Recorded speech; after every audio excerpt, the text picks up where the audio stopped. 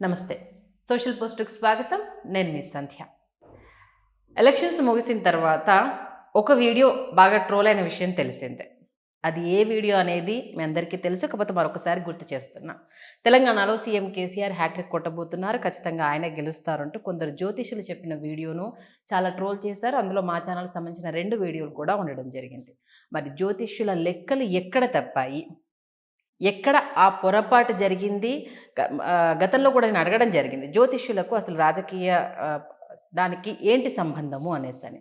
దానికి సంబంధించి అనేక వివరణ కూడా ఇవ్వడం జరిగింది. అయితే మరి ఇప్పుడు జ్యోతిష్యాన్ని నమ్మొచ్చా, నమ్మరాదా అంటూ సామాన్యులకు ఒక ఇంత డౌట్‌ను రేజ్ చేసే సిట్యుయేషన్ అయితే రావడం జరిగింది.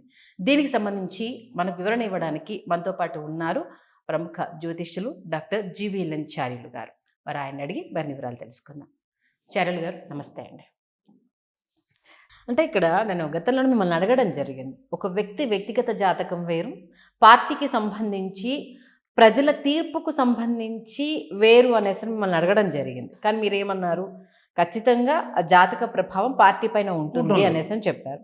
బట్ ఇప్పుడు అది ఆ ప్రిడిక్షన్ తలకిందులు అవ్వడంతో అవతల వాళ్లకు జ్యోతిష్కుల గురించి మాట్లాడే అష్టం ఇచ్చినట్టు అయిందా కాలేదా? వాట్ మేబీ ఇప్పుడు అలా విమర్శించుకుని ఎప్పుడు మమ్మల్ని కలవరండి.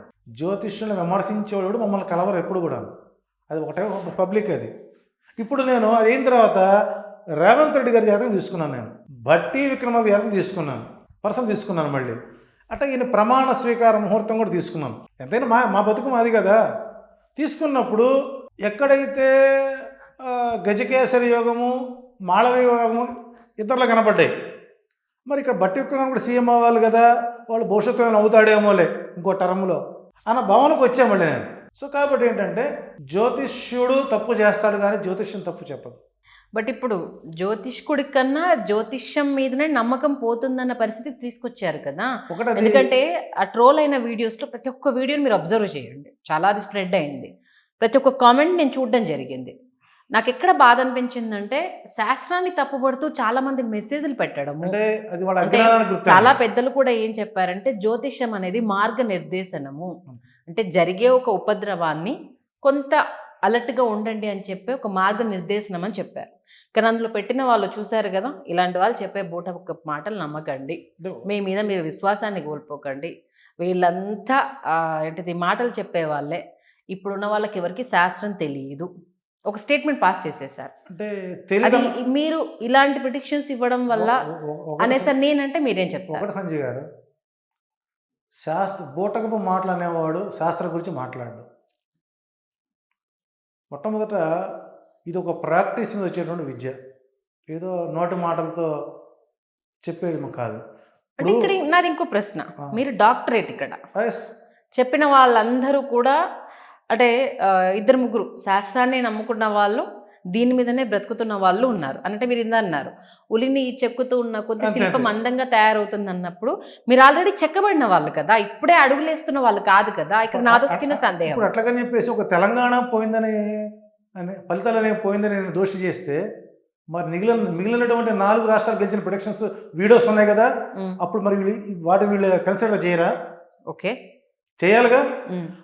మనం చెప్పిన కొన్ని సంఘటనలు వాస్తవాలైనప్పుడు ఆ వాస్తవాలను కూడా పరిగణలో తీసుకోవాలి కదా. అంటే వాస్తవాలను వినలేనివాడు, వాస్తవాలను చూసి కూడా చెప్పలేని వారు చేసేటువంటి కామెంట్స్ని మేము ముందు పట్టించుకోవాలి. మీకు ఆ వీడియోస్ పంపిస్తా. మధ్యప్రదేశ్లో వ్యూహాత్మకంగా బీజేపీ వస్తుంది, దిగ్విజయ్ సింగ్ అక్కడ ఓడిపోతున్నాడు అని చెప్పాను. రెండోది, రాజస్థాన్లో బీజేపీయే పట్టం కొడుతుంది మళ్ళీ చెప్పాను. మిజోరాం టైట్లో కూడా బీజేపీ వస్తుంది, సారీ ఛత్తీస్గఢ్ బీజేపీ వస్తుంది, ఎవరన్నా యాస్ట్రాజ్ అని చెప్పాడా? మిజోరాంలో ప్రభుత్వం మారుతోంది అని చెప్పాం. ఆర్టికల్ 370 సుప్రీంకోర్టు ఆమోదం పొందింది. ఇదందరూ చూసిందేగా. కొన్ని వ్యూస్ అంతా ఎన్ని వ్యూస్ ఉన్నాయి చూసిన వాళ్ళందరూ. అంటే ఇక్కడ ఒక లెక్క తప్పినప్పుడు దాన్ని జ్యోతిష్యుడిని విమర్శించవచ్చు కానీ శాస్త్రాన్ని విమర్శించకూడదు. అంటే ఇక మాకు ఏ శాస్త్రం లేకుండానే మేము ఈ స్థితికి వచ్చామా, ఏవి రాకుండానే వచ్చామా అంటే అది వాళ్ళ అజ్ఞానికి వదిలేయాలి. వాస్తవాలు ఒప్పుకునేమండి. మీరు మధ్యప్రదేశ్ గెలిచింది అన్నారు, ఒప్పుకున్నాం. ఇక్కడ ఎందుకు తప్పింది, ఒక్కసారి మీ గణాంకాలు చూసుకోండి అని ఎవరైతే సుహృదంగా మనకు ఇస్తాడో వాడు మనం ప్రేమించాలండి. కాబట్టి ద్వేషించే వ్యక్తులు ఉంటారు, పొగిడే వ్యక్తులు ఉంటారు, పొగడబడేవాడు ఉంటాడు, నవ్వించేవాడు, నవ్వేవాడు, నవ్వులు పాలయ్యేవాడు. అట్లా చెప్పేసి ఎవరో ఇదన్నారని చెప్పేసి జ్యోతిష్యాన్ని విమర్శిస్తే మాత్రం తాట తీసి పెడతాను నేను. అంటే ఇప్పుడు అంటే ఒక మిగతా రాష్ట్రాల్లో అంటే దాన్ని ఎవరు ఇప్పుడు మనకు తెలుగు రాష్ట్రాలకు సంబంధించింది కాబట్టి ఇక్కడ జరిగిన దాన్ని ఎవరైనా ఆలోచిస్తాడు. పక్క రాష్ట్రాల గురించి వాళ్ళకి ఇప్పుడు ఇక్కడ నివసించేవాడు ఇక్కడ రాష్ట్రాల గురించి ఆలోచిస్తాడు. పక్క రాష్ట్రంలో ఏదో మాకేంటి అనుకుంటారు. అదే కాంగ్రెస్ పార్టీ ముందుగా సీఎం అభ్యర్థి ఎంపిక చేసిందా? పోనీ ఎవరన్నా చెబుతారా? ఈ కామెంట్ పెట్టే వ్యక్తులు ఎవరన్నా సీఎం అభ్యర్థి రేవంత్ రెడ్డి అని, బట్టి విక్రమార్క అని, ఇప్పుడు ప్లేట్ నిలాపి రాయిస్తున్నారా? నేను ఇందాక బహిరంగ క్షమాపణ చెప్పాను, అది ఓకే. అంటే ఇక్కడ ఈ ట్రోల్ చేసే వ్యక్తులు ఎవరైతే సోకాల్డ్ ఉన్నారో ఇప్పుడు వాళ్ళకి తెలుసా సీఎం రేవంత్ రెడ్డి అవుతారని? ఏమన్నా కాంగ్రెస్ ప్రభుత్వం పిసిసి అధ్యక్షుడికి ముఖ్యమంత్రి పదవి ఇచ్చిందా? అంటే ఈసారి మెజారిటీ ఆఫ్ ద పీపుల్ అయితే సీఎం రేవంత్ రెడ్డి అవుతారని మాత్రం కాంగ్రెస్ వస్తే గెస్ చేసిన వాళ్ళు చాలా మంది. పిసిసి సభ్యుడిని ఎప్పుడైనా అధ్యక్షుడిని కాంగ్రెస్ పార్టీ ముఖ్యమంత్రి సందర్భాలు మనకు ఉన్నాయా లేవా? డికే శివకుమార్ డి శ్రీనివాస్ చేశాడు, ఆ టైంలో రాజశేఖర రెడ్డి సీఎం చేశారు, అందులో పొన్నాల లక్ష్మయ్య గారు చేశారు, అప్పుడు ఇంకొకరు వచ్చారు. కాబట్టి ఏంటంటే పొరపాటు జరిగింది, అంతని మేమెవరూ కాదనలేము. అంత మాత్రాన జ్యోతిష్యం లేదు, జ్యోతిష్యం నమ్మద్దు ఇలా కామెంట్ పెట్టి ఎవరి దగ్గరికి పోడండి. ఇలా కామెంట్ చేసేవాడు జ్యోతిష్యం మీద నమ్మకం లేనివాడే కామెంట్ చేస్తాడు. ఉన్నవాడు ఏం పెడుతున్నాడు, దీనివల్ల శాస్త్రానికి అవమానం కలుగుతుందన్నవాడు జ్ఞాని, అంటే వాడు కొంత అవగాహన ఉంది. సో ఇలా చూడటం వల్ల శాస్త్రానికి ఏదైనా ఇబ్బంది కలుగుతుందేమో అని చెప్పేవాడు జ్ఞాని. వీడు ఈ పొట్టకూడు కోసం బతికేవాడు నిజమే పొట్టకూడు కోసం బతుకుతున్నావా, నువ్వు ఎర్ర వచ్చి మెగిరి చేత తీపించుకున్నావా, ఏమన్నా పావలా ఇచ్చావా? మాట అంటాం వేరండి, మాట తీసుకోవటం వేరు ఖచ్చితంగా. కాబట్టి ఆ కామెంట్ చేసిన వాళ్ళు ఎవరన్నా నన్ను గతంలో సంప్రదించి ఉంటే వాళ్ళ నా నెంబర్ ఇచ్చి కాల్ చేయమని. నా నెంబర్ ఇచ్చారుగా మీరు, మరి నాకు ఒక్కరు ఎందుకు కాల్ చేయలేదు? మీరు ఇచ్చారు, మీరు నెంబర్ ఇస్తున్నాము, ఏదంటే మీరు ఆయనతో మాట్లాడండి అన్నారు. ఒక్కడన్నా నాకు ఫోన్ చేశారా? ఓకే, నేను ఇంకో మాట కూడా చెప్పుకొచ్చాను. కౌంటింగ్ అప్పుడు కూడా ఒక స్టేజీలో టీఆర్ఎస్ 50 ఓట్ల దాకా 50 సీట్ల దాకా వెళ్ళింది. మ్యాజిక్ ఫిగర్ దగ్గరికి వెళ్ళారు, 50, 55, 40, 52 వచ్చింది. లాస్ట్ 12 సీట్లు అంతా 2000 ఓట్లతో మనం ఏదైనా సరే ఒక 12 సీట్లు అటు ఇటుగా తారుమారవచ్చు అని చెప్పి అనుకున్నాం. సో కాబట్టి పొరపాటు అనేది సహజం, ప్రతిసారి అలాగే జరుగుతుంది అబద్ధం.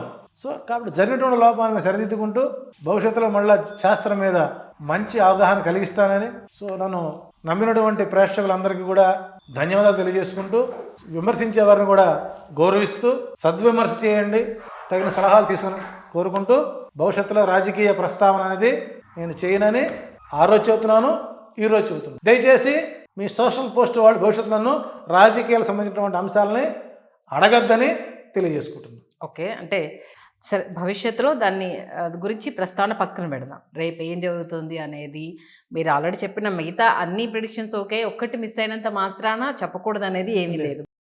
థ్యాంక్ యూ జీవెల్లంచల్లి గారు.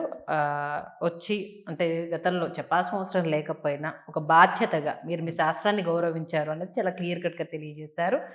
ఒప్పైనప్పుడు ఎలా మనం భుజాలు తడుపుకున్నామో తప్పైనప్పుడు కూడా అది ఒప్పుకోవాలని ఒక విజ్ఞతను ఇక్కడ ప్రదర్శించారు. మా సోషల్ పోస్ట్ ప్రేక్షకులందరి తరపున మా తరపున మీకు ధన్యవాదాలు.